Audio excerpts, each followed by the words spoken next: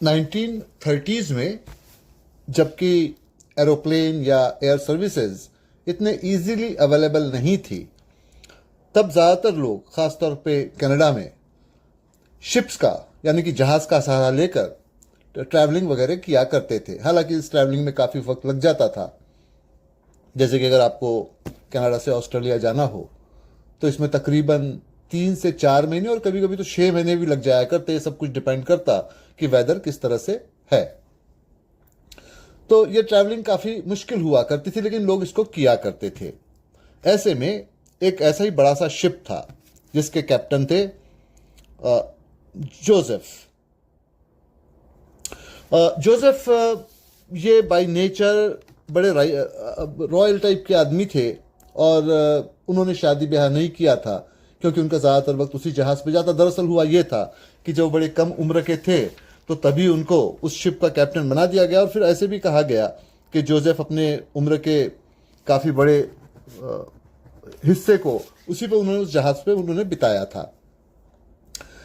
बहरहाल और जो बातें थी, मगर जोसेफ ने एक चेंज तो किया ही, और वो चेंज ये था कि उन्होंने उस शिप पर उसके क्रू मेंबर्स की तरह से बहुत सारी फीमेल्स को भी एनरोल किया था। दरअसल होता यह था कि उस वक्त तक के फीमेल्स को इस तरह के शिप्स पे बहुत ज़्यादा काम नहीं मिलता।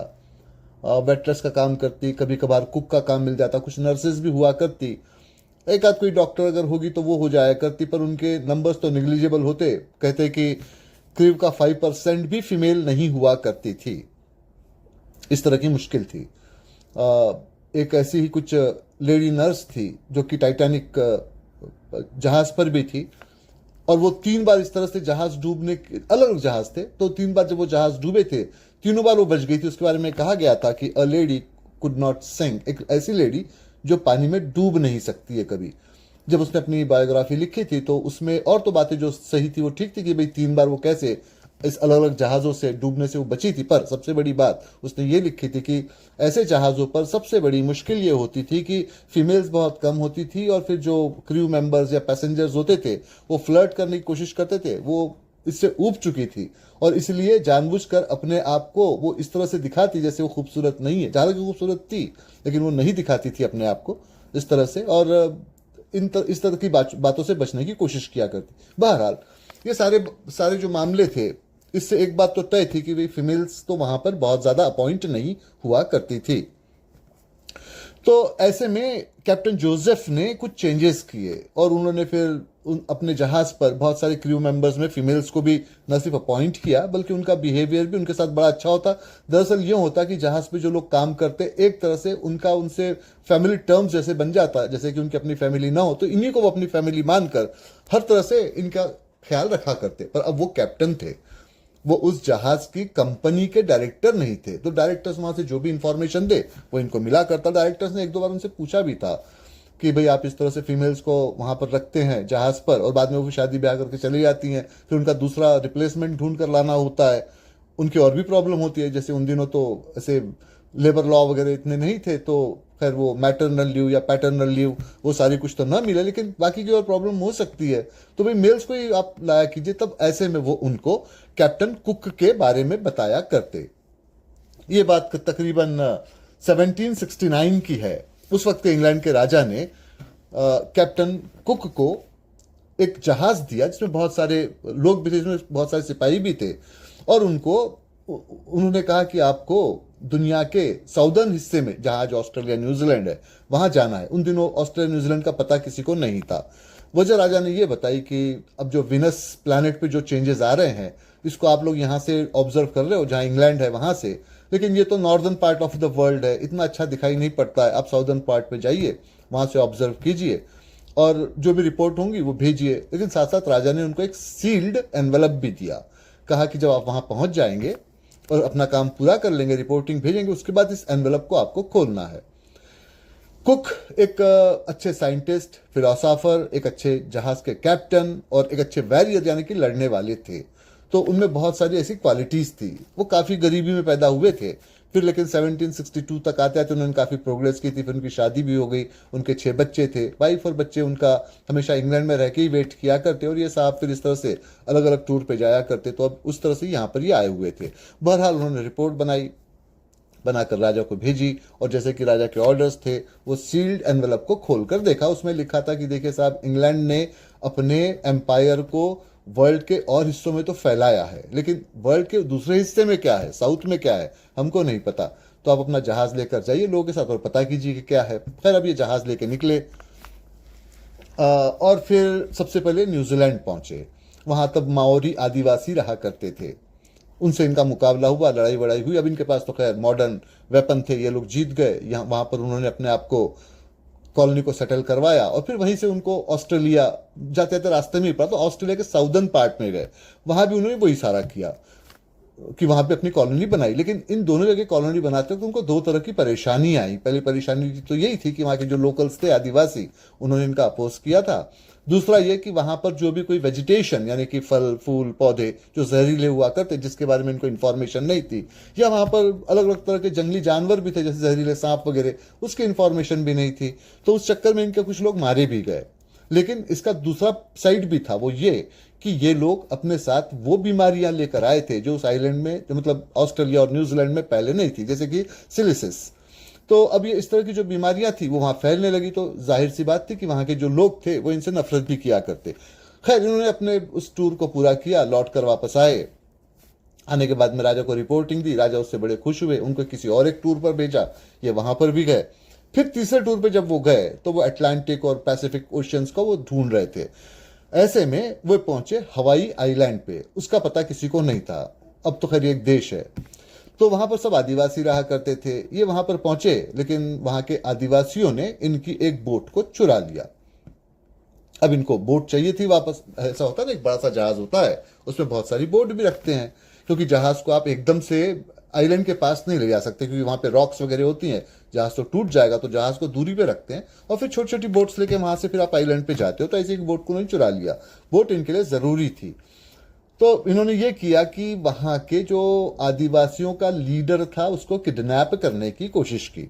उसने इनको चाकू मार दिया, पहले जख्मी हुए, फिर बेहोश हुए और फिर मरी गए। अब जब वे मर गए, उनकी डेड बॉडी आदिवासियों के पास थी। अब वो तो खैर आदिवासी थे, वो तो ये मानते थे कि भाई ये आदमी बहादुर तो है, लेकिन इंसान की बहादुरी उसकी हड्डियों में होती है, बोन्स में होती है। तो इन्होंने ये किया कि इनके पूरे बॉडी को गलाया, इनके हड्डियों को निकाला वहां से, और फिर उसको जो उनका इवेंट वगैरह था उसमें लाकर लोगों को रखा, दिखाया गया कि इससे आप ब्लेसिंग लो, आप लोग भी बहादुर बनोगे। लेकिन इससे ये खबर फैलने लगी कि वहां के जो रहने वाले हवाई के आदिवासी, वो कैनिबलिज्म, मतलब कि इंसानी मीट को खाया करते हैं। और फिर उसके बाद में कार्रवाइयां उनके ऊपर होने लगी, पर वो एक गलत फहमी थी, ऐसा कुछ नहीं था।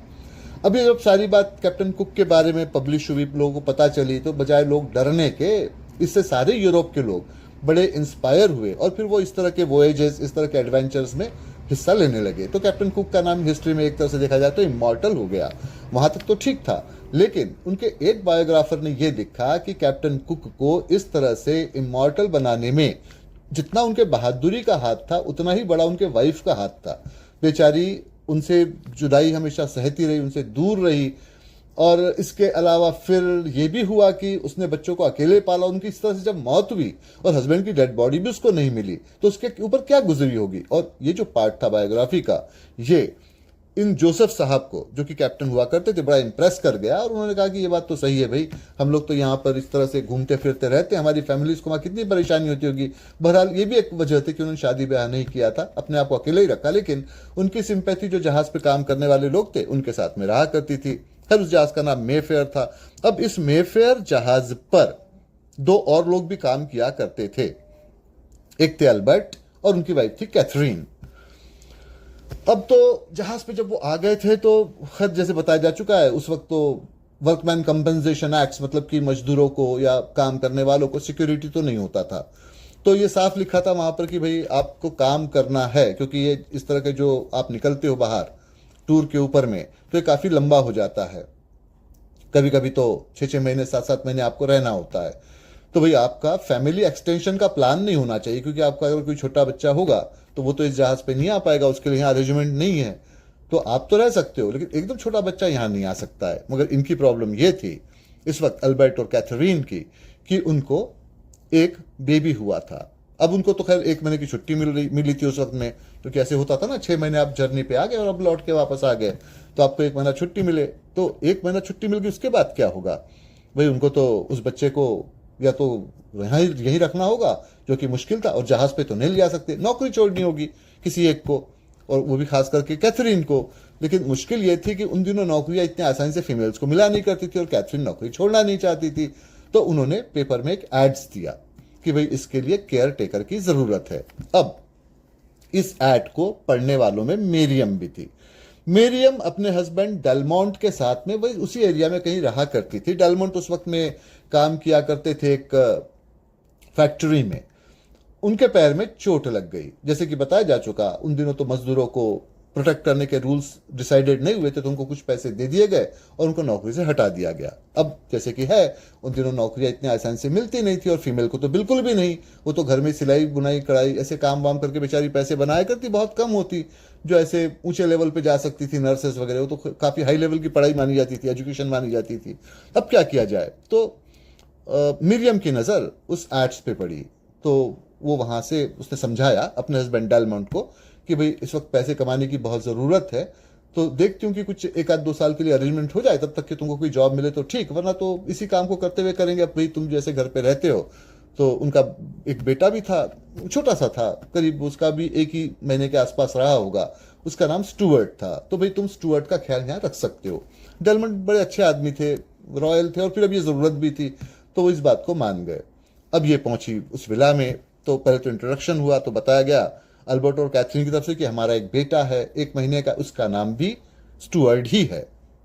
बहरहाल अब तक के ऐसे होता आया कि हम लंबे लंबे वक्त के लिए बाहर तक जाते आए हैं, लेकिन अभी ऐसा है कि हमको पास के ही एरियाज में जाना है, कनाडा के आसपास के जो एरियाज है वहां हम जाएंगे और लौट के आया करेंगे। तो हमारा स्केड्यूल कुछ ये होगा कि हम 2 हफ्ते तो बाहर रहेंगे और उसके बाद में 1 हफ्ता आके इस घर में रहा करेंगे। लेकिन चूंकि बच्चा छोटा है, इसको लेकर नहीं जा सकते, इसकी देखभाल करने वाला कोई होना चाहिए। तो आपको ये जॉब मिल सकती है, अच्छी सैलरी के साथ मिल सकती है, लेकिन 2-3 बातें हैं। पहली बात तो ये है कि अगर आपकी अपनी कोई फैमिली है, मतलब आपने शादी ब्याह किया, आपका बच्चा है कोई छोटा, तो ये तो बड़ी मुश्किल बात है, क्योंकि आप उधर जाएंगी या फिर यहाँ काम करती रहेंगी, आपको यहाँ पर ख्याल देना होगा। ये तो होगी पहली बात। दूसरी बात ये कि नियर फ्यूचर में अगर आप इस तरह की कोई प्लान कर रही हैं कि अपनी फैमिली को बनाए या आगे में फैमिली को एक्सटेंड करें, तो आपको नहीं रखा जा सकता है, क्योंकि मुश्किल ये है कि हम आपको ट्रेनिंग दें, अपॉइंट करें, सारा कुछ करें, और उसके बाद में फिर आप जॉब छोड़ के चली जाएं, तो हमारे लिए मुश्किल हो जाएगी। तो वो काम तो नहीं किया जा सकता है। तो इस पर मिरियम ने उनको एश्योर्ड करवा दिया। झूठ नहीं बोलना चाहती थी, उसको बोलना पड़ा, क्योंकि जॉब उस वक्त नहीं मिल रही थी। अपने बच्चे का ख्याल वो कैसे रखे, हस्बैंड का ख्याल कैसे रखे? तो उसने कह दिया कि नहीं भाई, मेरा शादी करने में कोई इंटरेस्ट नहीं है। उसकी वजह यह है, उसकी एक बड़ी बहन थी, उसका तो ये हो चुका था, तो ये तो खैर झूठ नहीं था। तो उसने कहा कि मेरी बड़ी बहन के साथ ये हो चुका है कि उसकी शादी ब्याह हुई, बाद में उसका हस्बैंड उसको छोड़कर कहीं चला गया, यहाँ से एशिया वगैरह, और अब वो बच्चे को लेकर अकेले छोटे मोटे काम करके उसको चला रही है। तो मेरा इस काम में कोई इंटरेस्ट नहीं है। मैं तो चाहती हूँ कि अपना एक करियर बनाऊं और मैं पूरी दुनिया को देखूं, अलग अलग जगह जा जाकर, जो कि उसकी ख्वाहिश पहले हुआ करती थी। उसकी दरअसल डेलमोंट से शादी उसके पेरेंट्स ने करवा दी थी, वो तो करना भी नहीं चाहती थी। तो ये तो उसने अपनी दिल की बात सही कही, पर ये बात छिपा दी कि उसकी शादी हो चुकी है, उसका एक बच्चा भी है। खैर, उन्होंने कहा कि ठीक है, अभी आपको 1 हफ्ते यहाँ चेक किया जाएगा कि आप बच्चे का कैसे ख्याल रखती हैं, किस तरह से रखती हैं। अगर हम सेटिस्फाइड हो गए तो आपको एक काम दे दिया जाएगा। अब वो 1 हफ्ते तक के बच्चे का ख्याल रखने लगी। उसको तो अपने खुद के बच्चे का, स्टुअर्ट का, देखभाल करने की आदत थी, और फिर नाम भी सिमिलर थे, और बच्चे भी करीब करीब एक जैसे ही दिखा करते थे कि सुनहरे बाल वगैरह इस तरह के कुछ थे, जो बच्चों में, छोटे बच्चों में थोड़ी देर करके आने लगते हैं, गोल्डन हेयर। तो खैर वो उस बच्चे का ख्याल रखने लगी। तो ऐसे में एक दिन उससे पूछा गया बातचीत के दौरान कि भाई आप क्या समझती हैं कि बच्चों को किस तरह से तैयार करना चाहिए, क्या वो बिल्कुल अपने माँ बाप के ही रास्ते पे जाएं? तो उसने कहा कि ये तो बड़ा मुश्किल काम होता है, क्योंकि ये तो रिग्रेसिव स्टेप है। भाई दुनिया बदलती है, माँ बाप के रास्ते पे जाएगा तो उनकी पोजीशन पे पहुंचेगा। जिस तरह से दुनिया बदल रही है, आपको अपने आप को बदलने की जरूरत है। तो बच्चों ने तो बहुत सारी नई बातें भी सीखनी चाहिए। होना तो ये चाहिए कि पेरेंट्स भी बच्चों से कुछ अच्छी नई बातें सीखे, जिससे कि वो भी दुनिया, बदलती दुनिया के साथ तो चल सके। ये जवाब उनको बड़ा पसंद आया। 1 हफ्ता उसका काम देखा, काम सही लगा, उन्होंने उसको वहां पर अपॉइंट कर दिया, कह दिया कि भाई हर 15 दिन के बाद जब हम लौट के आएंगे, 1 हफ्ते के लिए आप जा सकते हैं अपने पेरेंट्स के पास वगैरह, फिर आपको लौट के आना होगा। खैर वो उसके लिए ठीक ठाक ही चलता रहा, मगर तकरीबन अभी कुछ 1 आध महीना भी मुश्किल से नहीं निकला होगा कि वहां पर आ गए रूपर्ट। अब रूपर्ट थे ये अल्बर्ट के कजिन, कुछ प्रॉपर्टी डिवीजन में कुछ ऐसे हुआ था कि उनकी बुरी आदतों की वजह से उनको कम हिस्सा दिया गया था। वो काफी गुस्से में रहा करते थे और उनको नुकसान पहुंचाना चाहते थे। उनको पता था कि ये भाई बाहर में कुछ जाते हैं, घर पे तो ये नहीं होते, बच्चा होता है, उसको केयर टेकर एक होती है। अगर बच्चे को नुकसान पहुंचाया जाए तो अल्बर्ट को तो तकलीफ होगी। तो बस वो वहां पर वो आए, उन्होंने कहा कि भाई मैं बच्चे का मामा, उससे मिलना चाहता हूं, आप ले आइए। लेकिन अब यहां पर मिरियम होशियार थी, क्योंकि उसने थोड़ा दुनिया को भी देखा था। तो उसने कहा कि बच्चा तो इस वक्त सो रहा है, लेकिन आपके लिए एक बॉक्स देकर गए हैं, उसकी एक चाबी भी है। कहा कि इसमें काफी वैल्यूएबल चीजें हैं, क्योंकि आपके साथ कुछ नाइंसाफी वगैरह हुई थी, उसके बदले में कंपनसेशन आपको देना चाहते हैं, लेकिन अब वो यहाँ है नहीं और मैं आपको जानती नहीं। तो आप ऐसे कीजिए कि वो 5-7 दिन के बाद यहाँ आ जाएंगे, आप यहाँ आइए और वो बॉक्स को लेके जाइए। अब वो आदमी बेवकूफ था, रूपर्ट बड़ा खुश हो गया, लौट गया। 5-7 दिन के बाद आया, लेकिन तब तक के तो वहां पर कैथरीन और अल्बर्ट आ ही चुके थे। उसको इन्होंने सारी बातें बताई, उन्होंने पुलिस को बुला लिया। इसको वैसे भी कोर्ट ऑर्डर मिला हुआ था कि इनके आसपास वो न फटके, इनको नुकसान पहुंचाने की पहले कोशिश कर चुका था। तो रूपर्ट सीधा जेल पहुंचा। लेकिन इस सब बातों से अल्बर्ट और कैथरीन का भरोसा मिरियम पे बहुत ज्यादा बढ़ गया और वो उसकी हर बात को सोच समझकर सुनने लगे और उसको वो मानने भी लगे। खैर, ऐसा कुछ वक्त और निकला। अब ये तो जहाज पे इस तरह से वो जाया करते थे। तो अब ऐसा होता है, देखिए कि जब जहाज इस तरह से जाते हैं तो वो कुछ एक चीजों को वो फॉलो करते हैं। जैसे कि ये होता है कि एक जहाज जब अलग अलग आइलैंड्स पे जा रहा हो या आसपास से जा रहा हो, तो आइलैंड पे ऐसे लाइट हाउस बने होते हैं जो जहाज को सिग्नल दिया करते हैं कि भाई आपको वहां रुकना है, नहीं रुकना है, वहां का मामला किस तरह का है, ऐसा इस तरह का। तो बहुत बार ये होता है कि जैसे अब जहाज वापस लौट रहा, मान लीजिए कि जैसे अब इनका जहाज निकला है मैनिटोबा से, या ऐसा मान लीजिए कि ये जा रहा है ओंटारियो के किसी लेक से, अब लौट के उसको वहीं पर वापस आना है। तो अब आखिरी स्टॉप आ गया, एक आइलैंड आ गया, वहां पर ऐसे लाइट हाउस बना हुआ है। अब ये जहाज तो वापस लौट आएगा कुछ 4-5 दिन में ही, जहां से निकला था वहीं पर। तो ये लोग ये करते हैं कि जो खाने पीने का एक्स्ट्रा सामान या दवाइयां वगैरह है, ये वहां पर उस आइलैंड पर उस लाइट हाउस के पास में छोड़कर आ जाते हैं, जिससे कि अगर कभी इनको जरूरत पड़ जाए वापसी में या जाते आते, तो वहां से उसको निकाला जा सके। इसको वैसे कहा जाता है आर्कटिक थ्योरी। आर्कटिक थ्योरी मतलब जो लोग इस तरह से आर्कटिक या नॉर्थ पोल या साउथ पोल की जर्नी करते हैं, तो वो भी ऐसे ही करते हैं कि जाते हुए थोड़ा थोड़ा खाने का सामान छोड़ते छोड़ते वहां तक जाते हैं और फिर लौट तक वही खाने का सामान उनके काम में भी आता है। इसको बाद में फिर अंडरवर्ल्ड ने भी इस थ्योरी को यूज किया कि जैसे अगर वो ऊपर सीढ़ियां चढ़ते जा रहा है, तो कुछ एक लोगों के ऊपर में वो थोड़ा सा फेवर वगैरह करता हुआ, कुछ पुलिस ऑफिसर्स, कुछ पॉलिटिशियंस, ऐसे करते करते ऊपर तक जाए, तो जब वो नीचे गिरने लगे तो वही लोग उसकी हेल्प करेंगे। इसको भी आर्कटिक थ्योरी ही कहा जाता है। बात अजीब सी है पर सच है। तो बहरहाल अब ऐसा ही एक आइलैंड आ गया था। अब देखिए, आइलैंड पे जाना सबका ये पॉसिबल नहीं होता, उसकी वजह है ब्राजील के पास एक ऐसे ही आइलैंड है, उनका ही है, ब्राजील का ही आइलैंड है, लेकिन उसको उन्होंने सील करके रखा है, सांपों से भरा हुआ है। कोई भी आज तक वहां गया वो जिंदा वापस नहीं आया, गवर्नमेंट ने उसको सील कर दिया है। तो इसका ये मतलब है कि आपको आइलैंड पे सोच समझ के जाना चाहिए। तो वो ये किया करते थे कि जब ऐसे आइलैंड पे किसी सामान को अगर रखना होगा, तो अल्बर्ट की वो ड्यूटी हुआ करती थी, उसका एक्सपीरियंस था इस तरह का कि वो सामान लेकर जाए और वहां सामान रख दे, उस तरह का। तो ऐसे ही अल्बर्ट साहब बोट लेकर वहां पर पहुंचे, लौट कर नहीं आए। ढूंढा गया, उनको पता चला कि ये तो साहब आइलैंड पे बेहोश पड़े हैं, शायद उनको किसी जहरीले कीड़े ने या सांप ने काट दिया था। जब तक लाया गया, इलाज किया गया, उनकी मौत हो गई थी। वापस लौट के आए, सिचुएशन पूरी तरह से बदल गई, उनका फ्यूनरल किया गया, कुछ दिनों के लिए कैथरीन को छुट्टी दी गई। लेकिन अब कैथरीन के सामने में कैप्टन जोसेफ ने, जो कि मेफेयर के कैप्टन थे, ये प्रपोजल रखा कि देखो भाई, अब उसकी तो डेथ हो गई और तुम जैसे कि जानते हो सिचुएशन है, नए जॉब तो तुमको ढूंढने में बड़ी मुश्किल हो जाएगी, तो इस जहाज पर ही मैं तुमको प्रमोट कर देता हूं, तुम यहां पर रहा करोगी। लेकिन बच्चा तुम्हारा भी बहुत छोटा है, तो इतने छोटे बच्चे को वहां पर तो नहीं लाया जा सकता है, तो इसके लिए तुमको वहां अरेंजमेंट करना होगा। बाकी जिस तरह से तुम लौट कर वापस आओगी, तो उसके बाद जब तुम कभी उस बच्चे से मिलोगी तो तुमको बड़ी खुशी होगी, पैसा तुम्हारे पास में रहेगा।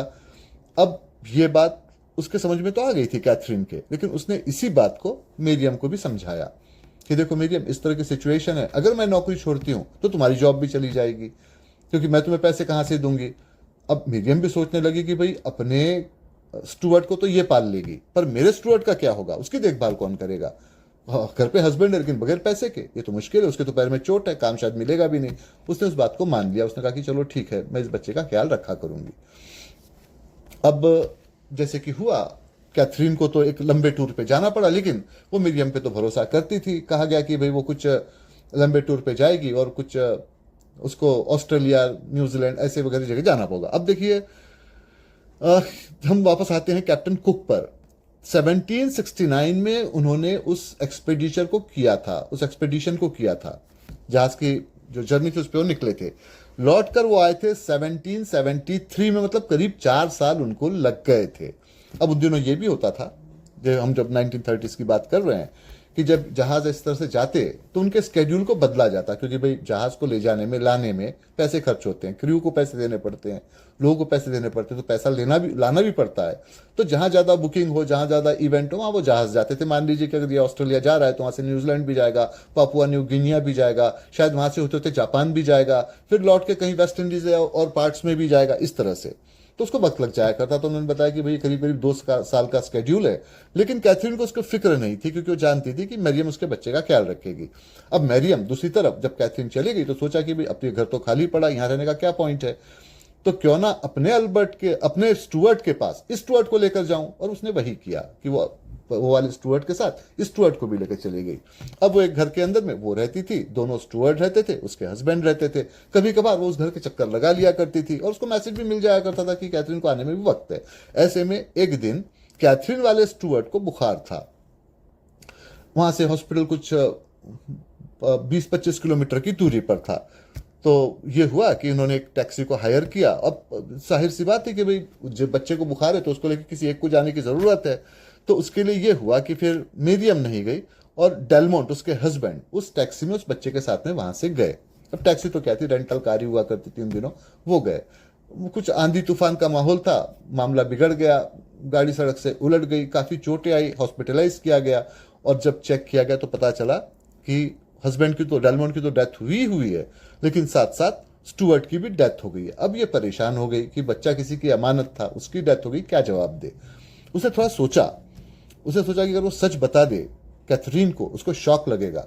लेडी पहले ही परेशान है, हस्बैंड को खो चुकी है, बच्चे को प्यार करती है। इस बात को समझ सकती थी, क्योंकि अपने हस्बैंड को खोने के बाद अपने बच्चे से भी उसको उतना ही प्यार था। बच्चे करीब करीब एक जैसे दिखा करते हैं।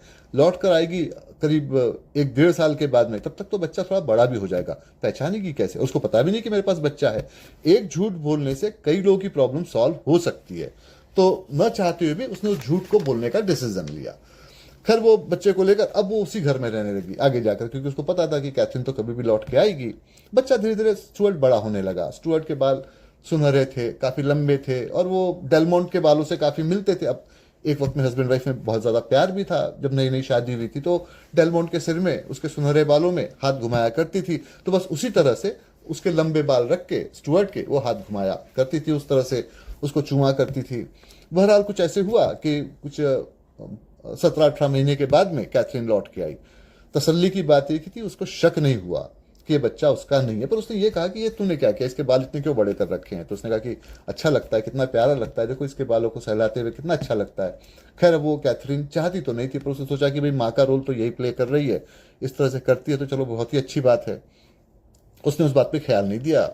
उसने सोचा चलो ठीक है भाई, ये तुम्हारा राइट है, तुम इसके बाल बड़े ही रखो।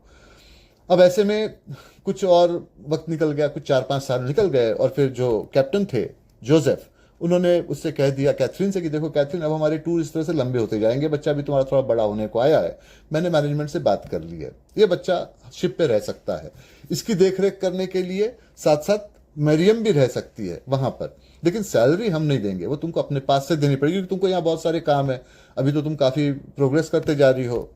तो इससे अगर तुम बार बार उस तरह से तुम्हारा ख्याल डाइवर्ट होता है तो मुश्किल हो जाएगी। तो देखो भाई, तुम अगर इसको ठीक समझती हो तो इस काम को कर लो। अब उसने कैथरीन ने मेरियम से बात की, उसको सारी बातें बताई। उसने कहा कि कोई जबरदस्ती नहीं है, तुम चाहो तो इस जॉब को छोड़ भी सकती हो, लेकिन कैसे छोड़े, बच्चा तो उसका है। उसने उस बात को एक्सेप्ट कर लिया। अब वो जहाज पर आ गई, बच्चा बड़ा होने लगा। जैसा कि बताया कि जो कैप्टन जोसेफ थे वो इस बात का हमेशा ख्याल रखा करते थे कि जो जहाज पे लोग एक बार आ जाए उनको कहीं कहीं जॉब मिल जाए। अब उन्होंने पूरी तरह से उस बच्चे पर, मतलब स्टुअर्ट पर ख्याल देना शुरू किया। उनकी अपनी फैमिली तो थी नहीं। उन्होंने एक बात नोटिस की कि भाई उसके लिए मिरियम ये ओवर प्रोटेक्टिव है, बच्चे को छोटी छोटी बातों के लिए परेशान हो जाती, थोड़ा बुखार हो जाए तो परेशान हो जाए, खाना ना खाए तो परेशान हो जाए, उसके बालों को सहलाती रहे। उन्होंने कहा कि इससे तो बच्चा डरपोक बन जाएगा। उन्होंने बच्चे को अलग से ट्रेन करना शुरू किया। धीरे धीरे करके स्टुअर्ट बड़ा होने लगा। अभी वो 17-18 साल का ही हुआ था, उन्होंने उसको सिक्योरिटी में अपॉइंट करवा दिया। अब वो बच्चा जो कि स्टुअर्ट अब काफी बड़ा हो गया था, तो इस तरह चोरी चकारी के काम वाम वो कुछ करे, पकड़े और ट्रेनिंग लेता चला जाए। इससे ये हो कि उसका रीजनिंग डेवलप हो गया और वो इमोशनल बिल्कुल भी नहीं रहा। वो ऐसे स्ट्रांग डिसीजन लेने वाला, अपनी बात को बताने वाला, वो इस तरह का हो गया। अब तक के तो सब ठीक था, लेकिन जैसे कि था, अब कैप्टन तो मालिक नहीं थे, वो तो उसका एक बोर्ड हुआ करता था और बोर्ड ने एक रेजोल्यूशन पास किया जेटिसन का। जेटिसन का मतलब ये होता है कि जहाज में जिन चीजों की जरूरत नहीं है, जिन लोगों की जरूरत नहीं है, उनको हटा दिया जाए। अब लिस्ट बनाना कैप्टन के हाथ में नहीं था।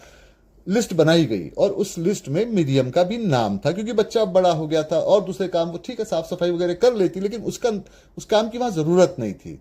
तो कहा गया कि भाई मिरियम को, बाकी और लोग भी थे उनके साथ में, जब वो पहुंचेंगे तो वहां उतार दिया जाएगा। खैर उसको वक्त था, अभी 6-7 महीने का तो वक्त था पहुंचने में, उसको वहां पर उतार दिया जाएगा। अब ये खबर जब मिरियम को दी गई तो बड़ी हैरान परेशान हो गई। जाहिर सी बात थी कि वो क्या करे, उसको समझ में नहीं आया। वो कैथरीन के पास गई, बोलना चाहती थी, बोल नहीं पाई, कैसे बोले। और कैथरीन को जब पता चला कि जेटिसन में उसको उतार दिया जाएगा, तो कैथरीन ने उसको कुछ पैसे दिए। उसने कहा कि देखो ये मैंने बचाए हैं पैसे, तुम्हारा उपकार तो मैं जो मानती हूँ, तुमने मेरे बच्चे को पाला है, उसके बदले तो बहुत कम है, मगर फिर भी इनको रखो, ओल्ड एज तुम्हारी ठीक तरह से बीतेगी।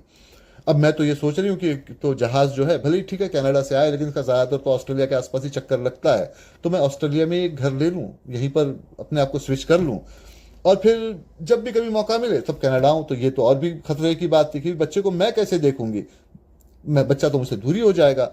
इसी ओहापोह में वो रही, बोलने की हिम्मत नहीं पड़ी। उसने एक लेटर में सारी बातों को लिख कर कैथरीन के कमरे में ड्रॉप कर दिया। मुश्किल ये हुई कि वो लेटर कैथरीन को नहीं मिला, वो लेटर मिल गया उसके बेटे स्टुअर्ट को। स्टुअर्ट ने उसको पढ़ा। अब स्टुअर्ट इस बात को नोटिस कर रहा था पहले से ही कि जब से जेटिसन की बात आई है, इसके दिमाग का बैलेंस खराब होने लग गया है, ये कुछ अजीब तरह से रहती है। तो उसने उसको अकेले में बुलाया। उसने कहा कि ये लेटर माँ को तो मैं नहीं दिखाऊंगा, कैथरीन को, क्योंकि इससे उसका दिल टूटेगा। तुम साफ झूठ बोल रही हो, क्योंकि तुमको अपने बुढ़ापे की फिक्र है। भाई जो पैसे माने दिए तुमको कम पड़ रहे, तो तुम मुझ पर अपना हक जमा कर और ज्यादा पैसे लेने की कोशिश कर रही हो। तो लेटर तो मैं फाड़ रहा हूं, माँ को ये तो नहीं बताऊंगा इस बारे में कि तुमने झूठ कहा है, लेकिन आज के बाद से न तुम मेरे बालों को हाथ लगाओगी, न मुझे चुमोगी, और तुम मेरे आमने सामने भी कभी नहीं आओगी। ये सजा मैं तुमको देता हूं। बेचारी वो बोलना चाहती थी, उसने बोलने की भी कोशिश की, लेकिन स्टुअर्ट ने उसको बोलने नहीं दिया। बताया जा चुका था स्टुअर्ट में उस तरह के इमोशंस कम थे, क्योंकि वो सिक्योरिटी इंचार्ज था, उसको उसी तरह का ट्रेनिंग भी मिला हुआ था। अब इसके दिमाग का बैलेंस धीरे धीरे करके बिगड़ने लगा। तो ये करने लगी कि बैठकर उसका एक वहां लकड़े वगैरह कुछ हुआ करते थे, तो उसको आता था उस तरह का काम, तो वो स्टुअर्ट का स्टैचू बनाने लगी उस तरह के बड़े बड़े बालों के साथ। अब जहाज पे और भी लोग थे, आते थे, इसको देखा करते थे कि भाई ये क्या कर रही है। इसके बारे में जहाज पर तरह तरह की अफवाहें फैलने लगी, क्या लोग कहने लगे इसका मेंटल बैलेंस बिगड़ रहा है। कैथरीन ने जब ये देखा, समझाने की कोशिश की, लेकिन अब वो कैथरीन से सच भी नहीं बोल पा रही थी और अपने दिल की बात भी नहीं बता पा रही थी। कैथरीन को उससे सिंपैथी तो थी, मगर कैथरीन उसके बारे में कुछ कर नहीं सकती थी। अब ऐसे करते करते वो जहाज आगे बढ़ने लगा। एक वो भी पीरियड आया कि अब ये जहाज को कनाडा पहुंचना था कुछ 4-5 दिनों में। ऐसे एक आइलैंड पड़ा, रात का वक्त था, तो कोई तूफानी रात थी, सारे लोग सो रहे थे। तो कैप्टन जोसेफ अपने कैबिन में एक मीटिंग ले रहे थे। तो उस मीटिंग में कहा गया था कि भाई उस जहाज जो आइलैंड है, उस आइलैंड पर एक बोट लेकर इस सामान को पहुंचाया जाएगा। भाई पहुंचाएगा कौन? तो उन्होंने कहा कि भाई ये सारी जिम्मेदारी तो सिक्योरिटी की होती थी, पहले ये अल्बर्ट किया करता था, बाद में कोई और करता था, अब तो उसका बेटा स्टुअर्ट है उस पोजीशन पे, तो वो करेगा। अब ये बात मरियम को बड़ी झटकेदार लगी, क्योंकि उसकी मौत तो वैसी हुई थी अल्बर्ट की उस आइलैंड पे जाने से। भाई जोसेफ के लिए तो खतरे की बात है। तो उसने अब ये नहीं देखा कि मौसम खराब हो रहा है, बिगड़ रहा है, इस तरह से सारा कुछ हो रहा है। उसने ये किया कि एक लेटर लिखा कैप्टन कुक के नाम से, उनके कैबिन के बाहर रख दिया कि आप उसमें स्टुअर्ट को मत भेजिए, उसकी जान खतरे में पड़ जाएगी। इस काम को मैं ही करती हूँ, मेरी उम्र वैसे भी काफी होगी और लोग तो मुझे पागल भी कहते हैं, मेरा जीना क्या और मरना क्या। तो बस मैं इसको यहाँ रख के जा रही हूँ। बस मुश्किल की बात एक यही है कि इस वक्त स्टुअर्ट सो रहा है, मैं एक बार उससे मिलना चाहती थी, मिल नहीं पा रही हूँ, मगर ये लेटर आप उसको दिखा दीजिएगा। और फिर वो बोट लेकर चली गई, लौट कर वापस नहीं आई। जब थोड़ा सा मौसम ठीक हुआ कुछ अगले दिन के शाम तक के, तो जहाज लेकर लोग वहां पहुंचे, पता चला कि वहां पर वो कहीं नहीं है। बोट तो मिली टूटी फूटी, लेकिन उसकी बॉडी कहीं नहीं मिली। जाहिर सी बात थी कि वो तूफानी रात में कहीं नाव वगैरह से कुछ उलट गई थी उसकी बोट, और उसमें उसकी मौत हो गई थी। ये बात को समझा गया।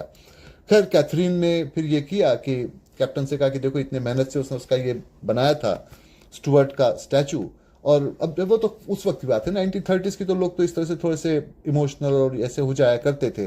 उसने कहा कि उसका बनाया हुआ स्टैचू है तो भाई ये उसका बेटा है स्टैचू, तो इसको उसी के पास रहने दो। तो फिर वो लाइट हाउस के पास में उस स्टैचू को भी लगा दिया गया।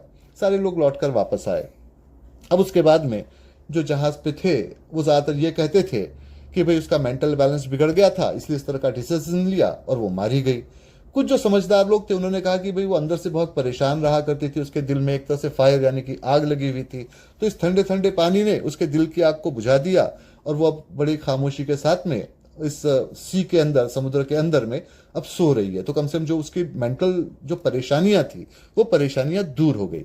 लेकिन जब जब भी कभी उस आइलैंड के पास से जहाज जाया करते थे और वो उस स्टुअर्ट के स्टैचू को देखते थे, तो उनको ऐसा महसूस होता था कि मिरियम अब भी वहां पर रहकर स्टुअर्ट के वो जो गोल्डन बाल है उनको आहिस्ता सही ढंग से करीने से लगा रही है और उनको सहेज रही है, और वो ये चाहती है कि उसके बेटे पे कोई आंच ना आए। तो ऐसा सारा किस्सा, आपके जो भी सवाल हो यहाँ रखे उनके जवाब मैं आपको देता हूं।